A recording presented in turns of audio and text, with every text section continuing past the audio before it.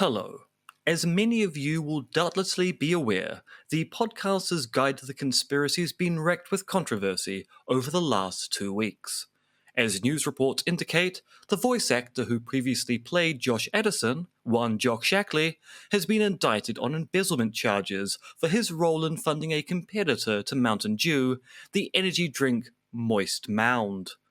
And in unrelated news, Wedge Bilius, the voice actor for MRX Dentith, was recently made Crown Prince of Bohemia, and thus his royal duties preclude him from continuing in voice acting roles.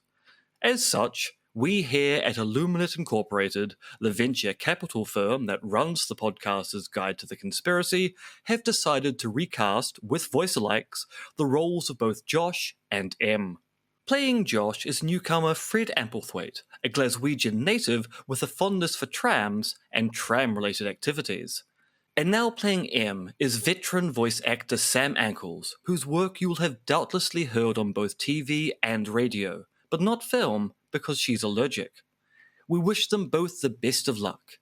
And because of this change in personnel, we are officially launching Season 2 of the podcast. It's the same old podcast, but now with new voices that sound exactly the same as the old ones, but with 53% more subliminal advertising. Melissa, play the theme.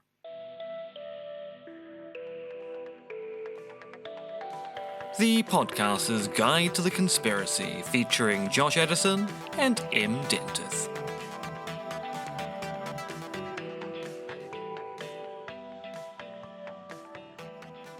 Good day to you all. It is the podcaster's Guide to the Conspiracy.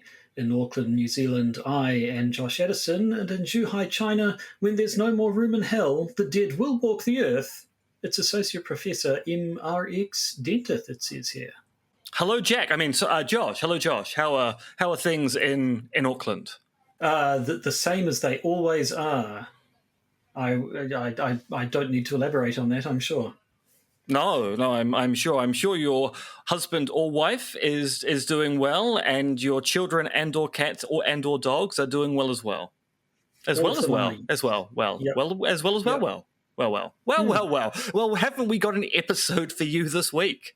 We have. Now, before we start, though, we have got quite a bit of feedback on the previous episode. Yeah, I guess we do have to cover for the old guys. Yeah. The stuff we talked about last week. I personally never actually listened to that episode. The act of recording it was just so earth-shattering that there was no need to listen to it, even while it was being edited or uploaded. So I assume all of this feedback is just from people whose minds were blown about the subject of Alex Jones being right.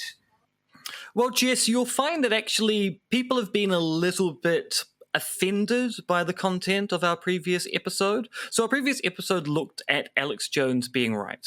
And we want to reiterate, we weren't saying that Alex Jones was right, just so that it's clear he's right. Now, we thought we'd made it very obvious that when we're saying he's right, we're not saying he's right.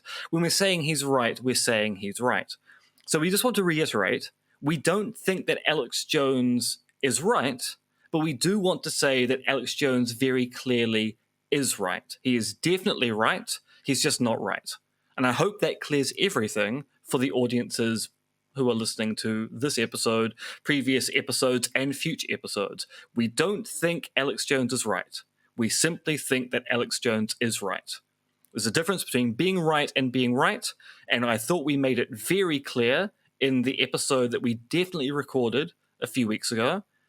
And if we didn't, it was the other people who got it wrong, but we said he was right.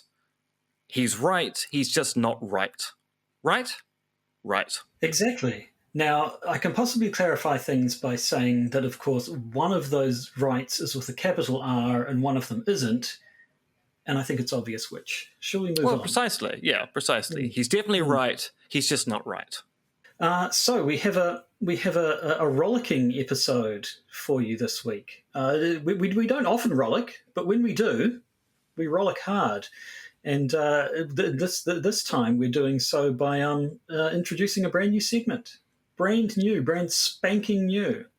Indeed. So the character of MRX Dentith, who was, of course, myself. When I say the character, I mean myself. I'm a characterful person. I'm what they call a bit of a character. So when I say character, I'm not implying about any kind of fictional entity. I'm talking, of course, about myself. So MRX Dentith, who is, of course, me, used to be on the radio back in. Let me just check my notes here. Auckland, the University of Auckland student radio station, BFM. Two segments, one called The Dentist Files, yes, and the other one called Conspiracy Corner. Oh, sorry, Conspiracy Corner, not Conspiracy Cornetto. Who would call something Conspiracy Cornetto? What a stupid name for a segment that would be. Yeah, actually, let's park that for a future episode that we're definitely going to do together at some point. So, the Dentist Files and Conspiracy Corner, and our new segment, because it has been established throughout the run of this episode that the character of MRX Dentith, who once again, I should point out, is in fact me, doesn't ever remember anything that goes on in this podcast. So definitely isn't going to remember anything that went on for any recordings that they made in the past, especially since I don't remember those because I didn't do them, but it's another matter entirely. So we're going to go back to those previous episodes. And Josh is going to try to find out whether I remember anything about those segments that the character / I did back in the old days on, 95 BFM, the University of Auckland radio station, student radio station. That was convincing, right? That was completely, and I think it sums everything up nicely. I understand we have a brand new theme for this segment also. Apparently, yes. Yes, definitely, yes. Be a good chap and play it then. Well, I made it myself. I very definitely know what we're about to hear right now. Oi, have you heard? That's Conspiracy Corner. Files. At the risk of your own sanity, keep listening. So here are the rules. Here's the game, as it were. Now, all right, Josh, let me just intro. Are there points? Are there not only are there points? Are there prizes? Am I playing for a prize? You're playing for the prize of your own dignity and self-worth. Josh, I have no dignity. I mean, I have self-worth. This is your chance to earn some. Oh, I mean, so there is a prize. I might hit some self-dignity by the end of this episode, or I might not. We'll just have to see how things go. No, so here's the deal. As we just said before, back in the mists of time, had a series of short segments on BFN, the student radio station of Auckland University. This was a long time ago. Now, if you were to go to mrxdentith.com, you will find an archive of all of these recordings that input. Did you put them up at the time? They seem to be dated mostly. Yeah, so almost all of the recordings. There are 4 recordings which I didn't manage to snag. So BFM used to have a system where they put all of their segment recordings up as MP3s. Normally, they put them up within a day or so of the program going out. Sometimes they would take a week or so. There'll be a few which I would mean to capture and then never did, so they are lost in the mist of time, although there might be the possibility they get rescued. So our friend in common, Nick, knows someone who has access to an old archive of BFM files, so there is hope they might be found, but also they may never have been posted. But yes, normally what I would do is within a day or so of the segment, I would put a note up on my old blog, and also if I had notes for the recording, put those up as well. So they all went up kind of contemporaneous to the segments being recorded on BFM. Well, that's good, because that means I can actually date these things with some degree of accuracy. So what's going to happen is I've gone and had a trawl through these sort of 10, 11, 12 or more year-old episodes, found a couple of interesting ones, and now we're going to see if Ian remembers ever having talked about them in the first place, and if so, what it was that they said. So just, again, as a little bit of recap, we've talked about this before, but your 2 shows were The Dentith Files and Conspiracy Corner. Quick précis of what the 2 of them were about? Although, I mean, basically the same show, but with different names. So the difference being the first thing I did, which was the Dentist Files, was with Jose Barbosa. So that was the first kind of tranche of episodes. Whenever I say tranche, I think of Alex Jones talking about the tranche of papers he's got to go through in any particular recording. And then when Jose retired from BFM, that segment then became Cryptid Corner with David Farrier, Rhys Darby, and Buttons. And I did two episodes with them, and then they fired me. So I went off the air, and then I was called back about a year later to do Conspiracy Corner. And the difference being that the Dentist Files was on a Sunday morning and it was fortnightly, and Conspiracy Corner was on a Thursday morning and it was weekly. So the Dentist Files was slightly longer in length because Jose and I would have a yarn about all sorts of things, and like this podcast, eventually talk about a conspiracy theory and then meander off into a different topic entirely. Conspiracy Corner was much more focused. The thing which is interesting about Conspiracy Corner is I was doing that as I was finishing off my PhD. So it was kind of interesting to be doing a radio show once a week and also trying to finish off a PhD at the same time. Would not recommend doing either at the same time. Or both. But yet you did, and it all worked out. Oh yes, look at the stunning media career I had post that. You were on TV once or twice. I saw you. It's but true. Anyway, that's for another time. So, this week I have looked at Conspiracy Corner. And the Conspiracy Corner episodes are about 10 minutes long, so I've picked a couple of them to talk about because I figure each one we won't be able to draw out for too much. Now, the first one that interests me, because it was about something that I didn't remember, so I'm interested to see if you do, is from around September of 2013. According to your files, it was the 32nd Conspiracy Corner episode you did in 2013. The post went up on 19th of September, so it must have been sometime around then. And this was the episode about Pronunciation Book.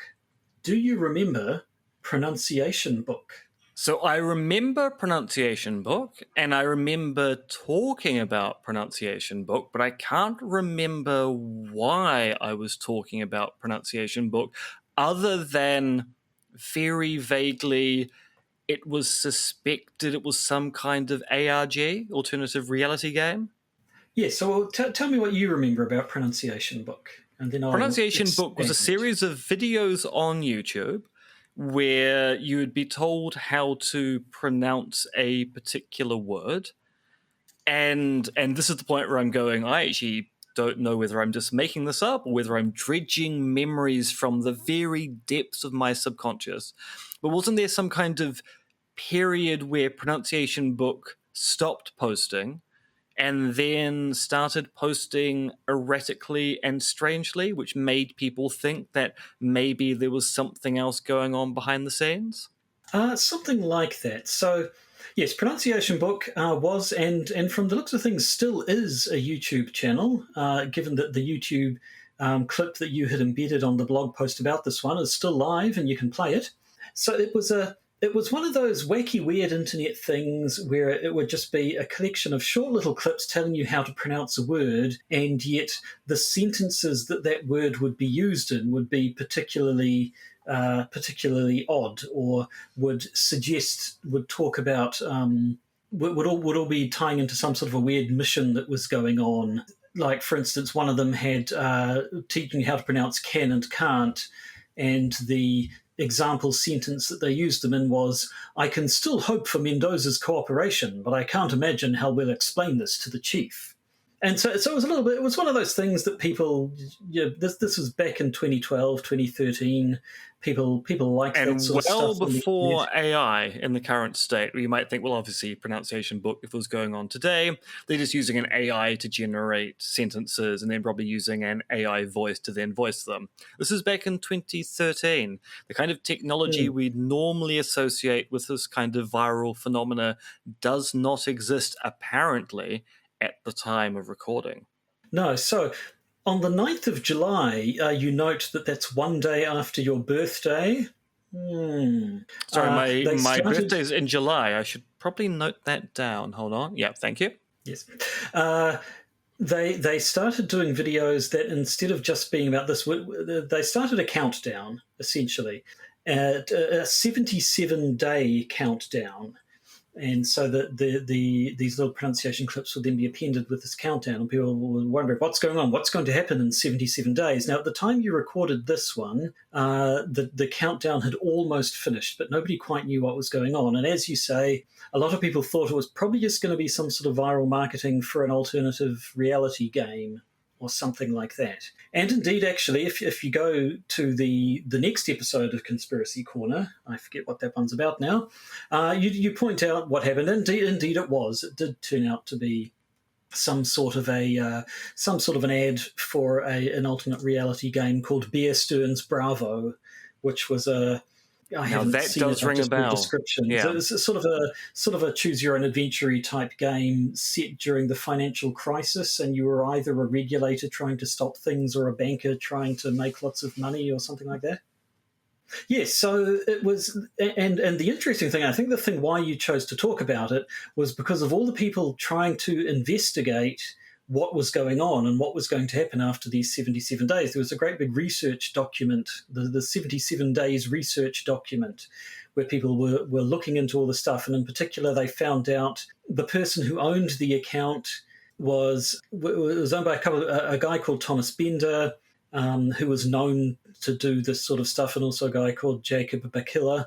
And it turned out that there was another account, there was a Twitter account called @horse_ebooks, which did the same sort of thing. It would have originally appeared to be, well, it was an actual sort of spam Twitter account that just had pictures of horses and weird stuff. And then suddenly it changed to start doing, again, slightly more surreal things that were also in the vein of pronunciation book. And people wanted to know what was going on. And so they'd sort of drawn connections and found that this appeared to have been bought out and operated by a guy who was known for doing this sort of stuff in the past. And yeah, sure enough, it turned out that this guy belongs to Synodine, which is an artist collective that these things that they make, they consider as sort of performance art and alternate reality games. And so sure enough, that was what this one, apparently there was, I can't remember now, when I was looking about the stuff, there was another one of their ones that that didn't catch on and nobody really caught on to, but that also ended up advertising their Bear Stearns Bravo book. They've also worked on This Is My Milwaukee, which was a different alternate reality game that came out in that had already come out in 2008 and 2009. So there was a bit of pedigree there, and so people were pretty much onto it before it happened. But I think, going by your blog post, the reason why you talked about this and the reason why you're interested in it is that the investigation into it drew some interesting parallels with things like people investigating September 11. And even though this wasn't necessarily something sinister or some sort of disinformation, there was a conspiracy going on. People were working in secret to some sort of goal. And I think this was ammunition for you to sort of to give a more expanded general definition of what a conspiracy is and what a conspiracy theory is. I'm now trying to work out how I even found the content for these episodes of the Dentist Files and Conspiracy Corner. I'm assuming, especially given with the Conspiracy Corner I was doing on a week-by-week basis, it must have just been making a list of things I saw on what we used to call Twitter and going, I'll investigate that. I can say something about that. So, yeah, I'm actually now trying to go, how did I get the content for those episodes? Oh, past me was so ingenious. Well, so productive. Was this back in the days when you had things like Metafilter and Slashdot and stuff that would pop up interesting links to you? I think by 2013, Slashdot had already turned into a misogynistic hellhole, and I never used Metafilter. I think actually what was probably also going on, I used to have lots and lots of RSS subscriptions to lots and lots of different websites back when RSS was still a major thing. And so I would just be spending every morning going through my feeds, looking at stuff and finding stuff to pick out to do potential do potential episodes on. So, if I might just quote you in the to conclude the blog post around this. I haven't saved any clips of this episode because basically it's just you discussing exactly what we've just said with your co-host.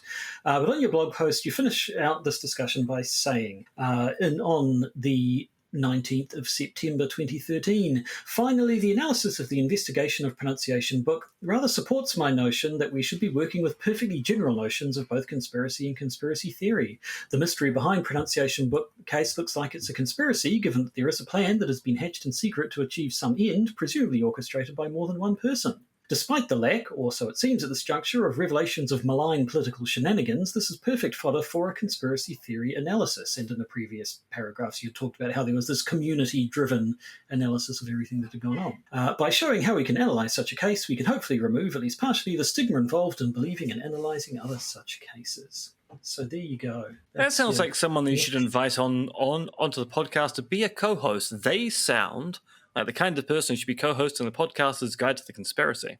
Well, who knows? Maybe we can pull some strings. Make it happen. What do you say?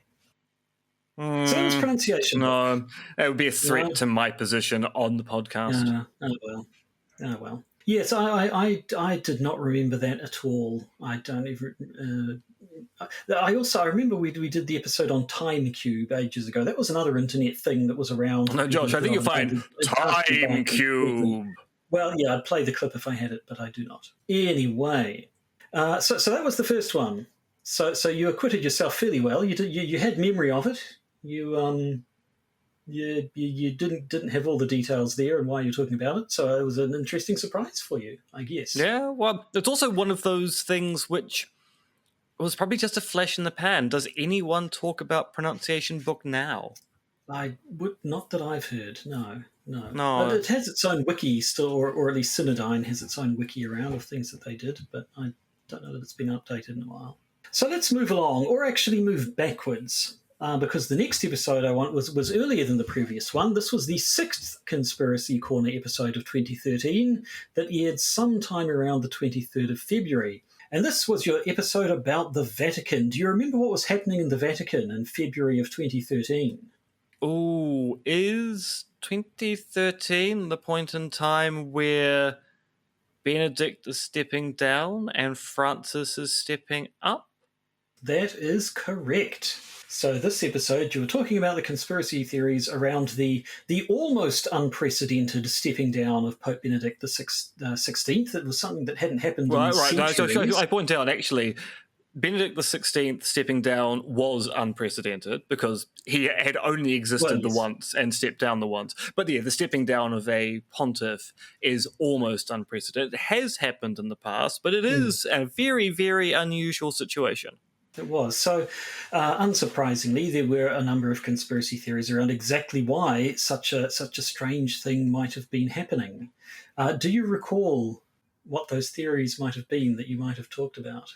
So one of them is definitely going to be a liberal conspiracy within the Catholic Church to force Benedict to step down in order that a more liberal pontiff take charge. So there's going to be some kind of, we've got dirt on Benedict, and thus we're going to push him out of the way. So I'm fairly sure that was one of the things that was going on. There was probably also an extremely ultra-Orthodox right-wing conspiracy theory about a Catholic pontiff, but I have no idea now what that would have been. Although this is a good point. One of our listeners would like us to talk about Vatican conspiracy theories in a future episode. So we should probably earmark coming back to this in a few weeks' time. So yes, Josh, tell me about the other conspiracy theories. Well, actually, the main one that you talked about in this episode was around the fact that Pope Benedict, back when he was Cardinal Ratzinger... is this the Nazi youth thing? No, it was just the investigation of child abuse in the Catholic Church thing. Oh, yes. So he was in charge of some of that, and obviously the Catholic Church had got a lot of bad press around the abuse of... Still getting bad press Still about gets it. bad press, yeah. And so the idea is that Ratzinger, who was in charge of investigating this stuff, most of the efforts around sort of looking into child abuse in the Catholic Church seemed more about protecting the Church's reputation rather than sort of kicking priests out of the church, just shuffling them around to other areas and things like that. So I think the theory that you spent most of the time talking about was the idea that he was being made the fall guy a little bit for all of this stuff and being put out to pasture early. Although, as you noted, he did then he got sent off with a bunch of nuns to just go do old Pope stuff. Yes, it was a little bit odd. Okay, so just go live with these nuns in a sequestered part of the Vatican, and the new Pope will come and have tea with you every few days and it'll be fine. Being waited on hand and foot by women. I mean, what could possibly go wrong for a man who's been accused of covering up sexual abuse in the Catholic Church? And who has been nominally celibate for many decades. So yeah, that was interesting. And it was current events, obviously. That was why it came up at the time. And again, almost unprecedented current events. So definitely worth talking about, and an event that lent itself to a fair amount of conspiracy theorizing. But that's not the most important thing about this episode, I think. I would like to play a game within a game of you now. Oh Ian. my God, you've changed the rules on me. It's gameception. I would like you to play the clip that I've labelled Clip 1A and then tell me what you said next. Okay. So clip one. I'm just going to give... Clip one. All right, so not clip one. Clip one, not clip one on. All right. Put him out to pasture, essentially. So you replace the person who might be most likely to be fingered by... Sorry, I thought it was going to go on slightly further. You want me to say fingered by? Yes. How did that sentence conclude? Talking about the Pope. Obviously, fingered by a cephalopod is what I should have said, but I'm assuming it's going to be fingered by the new Pope. I'm sure clip 1A is going to tell me who was fingered by whom. It sure is that correct? Play clip 1A. All right, we're about to find out who fingered who. So you replace the person who might be most likely to be fingered by some kind of massive scandal. Josh, you've just deliberately gone for something salacious when actually it was a perfectly normal turn of phrase. But you just expected. Have I? Have I yes, done you that? have. That doesn't sound like something I would do. Well, that was a perfectly normal turn of phrase. Yes, no, you're right. It was, obviously that was an error on my part, but I'm sure I haven't done exactly the same thing in your next one. Could you please play clip 2 and then tell me what you said next? But because he's not dead, he's always going to be able to be fingered. Oh, that's odd. I don't remember doing that one at all, but wouldn't you know it? It's the exact same thing's happening again. Could you just play that number 2 again? But because he's not dead, he's always going to be able to be fingered.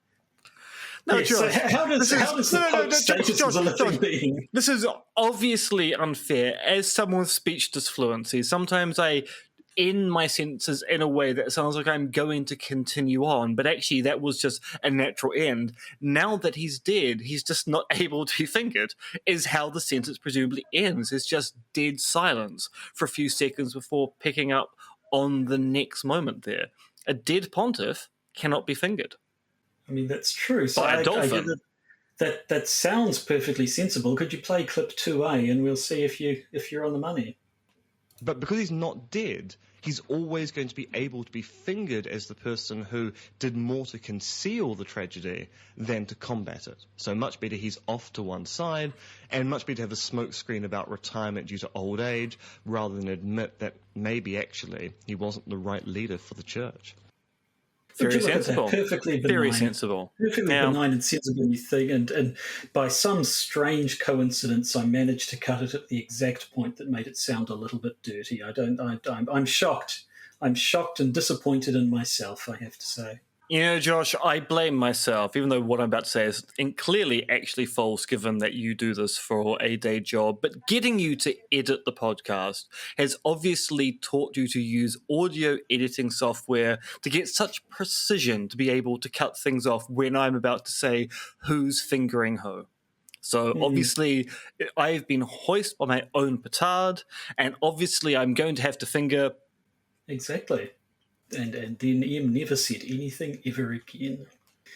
But that's not true, because I have another thing now. This one is not a humorous gotcha, I have to say, because whether or not it was accurate and respectful and appropriate to be talking about fingering the Pope in various contexts, you did. Josh, as a former Catholic, I think making jokes about fingering the Pope is all well and good. In fact, actually should be encouraged. Well, good then. Continuing that thing, there's one thing that you got definitely right in this episode. Would you please play clip 3? This is another trap, isn't it? I'm about to say something very, very stupid. Only one way to find out. I mean, I could just not click the file, and then we'd never know. I'm saying this is the thing you got right, were you 100% correct about. And what happens if it turns out you're lying? I've never lied to you in my life, ever. Are you lying now? There's literally no way to answer that question. Fine, I'll click on clip 3. And so it would be convenient for Benedict to be somewhere else. He's not going to die. Well, he's going to die eventually. He's not going to die right now. So he's an immortal pope who's going to threaten the church for all time by living in the Holy See eternally. And it's entirely true. It turned out the Pope was not immortal. He died on December the 31st, 2022. So kudos. Kudos to you, Dr. Dentith. Yeah, kudos for me for predicting that a mortal human being will one day eventually die, especially a mortal human being in their 80s. Yeah. Kudos to me for working out that an 80-year-old will probably be dead within about 20 years. Frankly, I consider you a prophet. But that really, that's all we have in our new segment of Does M Remember? So how do you think you did? How did you remember? I mean, I remember pronunciation book. I remember there was some kind of worry about there being an ARG going on for its resurrection, although I didn't remember any of the kind of weird sentence fragments they were using for pronunciation. And I mean, if I was talking about the papacy, there had to be some reason why the papacy was in the news. So it had to be the case of a pontiff being replaced. But no, I actually had forgotten that the main theory that was being talked about at the time was that Ratzinger was being pushed out because of his role in... Well, I mean, so this is the tricky thing, in either covering up historical sexual abuse within the church or not doing enough to punish the people who are engaged in those historical sexual abuses. And of course, the thing which is interesting now about the replacement of Benedict with Francis is that it's still going on. It's still going on. We've seen all of that case in Australia, numerous cases around the world. The inquiry into historic abuses, both in Australia and home in Aotearoa, New Zealand, showing that this stuff has still been going on post the Benedict papacy. So it seems kind of quaint now to go, oh, he was pushed out because of his role. Okay, so yeah, but why hasn't Pope Francis been pushed out for his role now in helping cover up ongoing abuse by clerics in the Roman Catholic Church? It seems like that conspiracy theory doesn't seem to be well evidenced, given that if that was the reason why Benedict was pushed out, you would assume the new church would be a lot better than the old church. But the old church and the new church appear to be exactly the same. But Pope Francis looks like Jonathan Pryce, and he was the bad guy in Ronin. And also the bad guy in one of the Bond film, the Time and World Enough, and the World Enough to Die, Enough Time to Let Die, GoldenEye. Yes, one of the I think the second Brosnan one, the one with was it Michelle Yeoh? I think she's Michelle. Yeah. Michelle Yeoh and they Denise all run Richards. Yeah. together, I have to say. So, well, yeah, I think you acquitted yourself fairly well. I give you a good sort of 6, 7 out of 10. So I think you have gained some dignity and self-respect. And I your don't think I prize, have actually. I really, I think your choice of clips was actually designed to remove dignity rather than enhance it. I have to ask Josh, can I expect this for future episodes? How often do I use the term being fingered in those episodes? Because I have a feeling I was probably saying being fingered a lot, and you're just going to keep on finding more and more examples. I say nothing. Except for the fact that it's a phrase that you have used, and I'm pretty sure I had you up on it like 2 episodes ago. So, yeah. Look, when you have speech disfluency, there are certain phrases that you know you can get through without stumbling, and so you use them a lot. And so I just feel, Josh, that you are attacking me for my disability and my love of fingering. Yes. No, I think as a prize for your quite frankly commendable performance, you get to play clip 2 one more time. But because he's not dead, he's always going to be able to be fingered. Words to live by. Yes, very so that definitely. Brings to the end this installment of Does M Remember? So we're nearly at the end of the episode. We do, though, we have a little bit to round out, because as we've decided, we're going to start putting a bit more real content into the bonus episodes and not just having new stuff. But then that leaves us with the question of, what do we do with the new stuff? And the answer is, we're not going to do as much new stuff as we used to, because the bonus episodes actually became kind of short segments of here's something in the news, let's gripe about it. Now, if there's something interestingly large, worth fingering, and also conspiracy theory related, we're going to put it into the main episode and resurrect our old news sting to introduce it. So let's play that sting. Breaking conspiracy theories in the news. So what's been in the news? Yeah, so this bit of news is about the fact that 3 media outlets were leaked information from inside or about the Trump campaign. So it was Politico, the New York Times, and the Washington Post. So they were leaked information about the Trump campaign, and part of that information was the vetting information they used for J.D. Vance. And Politico, the New York Times, and the Washington Post have not published any of the leaks. They've only published that the information was leaked to them. And this has been a kind of fascinating turn, because if you recall, going back 4 years to a previous presidential election, a whole bunch of Democratic stuff was leaked, and outlets like Politico, the New York Times, and the Washington Post were very happy to publish the material in those leaks. But now it's coming from the Trump campaign, they're going, oh no, this would not be a good idea.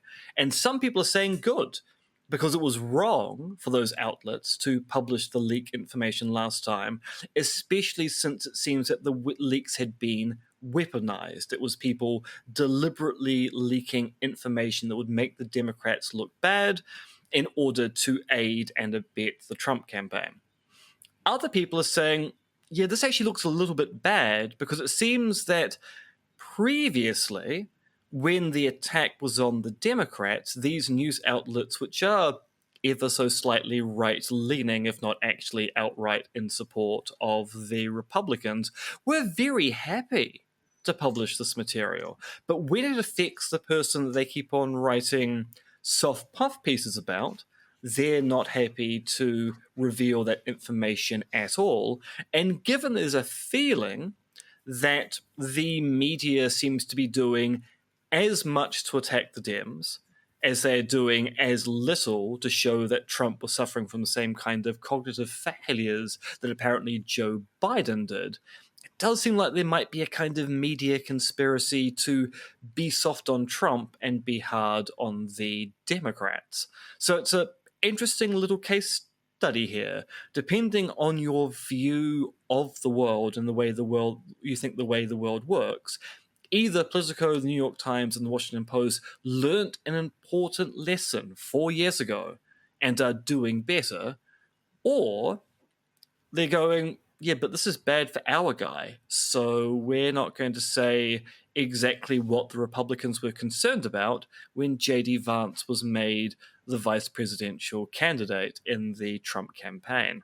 And of course, there is the angle of the leaks themselves. Apparently, it was Roger Stone's email that was hacked, and this is how this leaked information got out, or something. I haven't heard the specific details, but I know Roger Stone's name has come up, and it seemed to be like people talking about sort of Russian interference again. Although why Russia would be interfering in the opposite direction, I do not quite know. Well, I think the suspicion is that Russia just interferes. They don't interfere for a purpose, they interfere because interfering is good. But the other theory which has come out is that maybe the Trump campaign leaked the information themselves to keep them in the news cycle, because it does seem that the Harris-Walz campaign is doing gangbusters for the Democrats, and the Republicans, particularly Trump, are not doing well as a consequence. And so this leak might have been able to keep the Republicans in the news and take some of the heat away from the media love of Harris and Walz. So there have been conspiracy theories on both sides. It's election interference by the usual suspects, i.e. the Russians, or it actually might be the Republicans going, we need to control the news cycle. The best way to do that is to focus on a candidate that everybody actually kind of hates and is unified in hating JD, I like to have sex with couches Vance. Yes. So yes, in any case, an interesting little case study. So I think that's the end of this episode. We do, of course, have a bonus episode. What will we do for our bonus episode now that we're following a strange new format? Josh, coming up in the bonus episode, we are going to talk about the alleged assassination of Gunpei Yokai, the inventor of the Virtual Boy. And not just that, the inventor of the Ultra Hand, but perhaps we've said too and much. The Love Tester. Yes. So, if you want to hear about those things, and you are one of our patrons, good news! You're going to, because you can just listen to our episode, because that's what a patron gets. Saying you're going to, you don't have to listen to the bonus episode. You are going to listen to this episode. No, it will happen. You can. I mean, Josh is insisting if I have that to you come to your have to house listen to it. and sellotape a podcast thing to you, yeah, I've taken this too far. Sorry, a podcast thing to their ear holes. What's a podcast thing, Josh? Do you Any have device that plays a podcast? I was thinking of a few mobile podcast phone with a things on podcast app running on it. I do. I have a phone that has a podcast app on it. I have a computer that has links to a podcast service. I will duct tape my laptop to the side of your face if that's what it takes to play you this bonus episode. But if you're not a patron, then you will not experience then the you can joys join of up me. and then be violently assaulted by Josh when you fail to listen to a patron bonus episode. He will come to your house and assault you. That is the podcaster's guide to the conspiracy promise.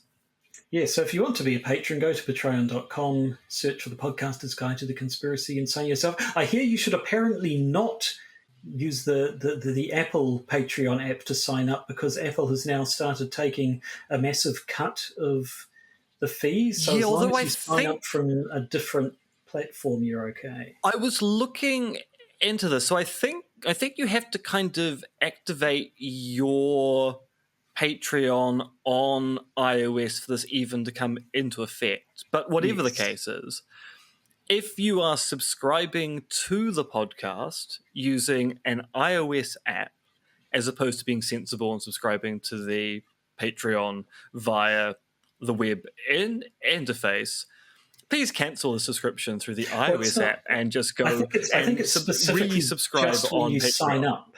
Oh, yeah, I think it's just when you sign up. I don't think it affects existing things. Right, Yeah. ignore that. So ignore everything I just said. including the entire episode.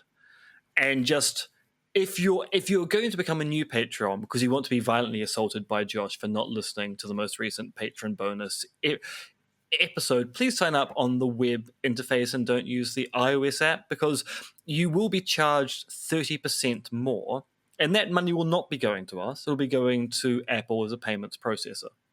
So I think we're done. I think we're all done. So it just remains for me to say my characteristic sign-off message that I say every single time, every episode: leave now, damn you. To Life Immortal. The Podcaster's Guide to the Conspiracy stars Josh Addison and myself, Associate Professor MRX Denton. Our show's producers are Tom and Philip, plus another mysterious anonymous donor. You can contact Josh and myself at podcastconspiracy@gmail.com, and please do consider joining our Patreon.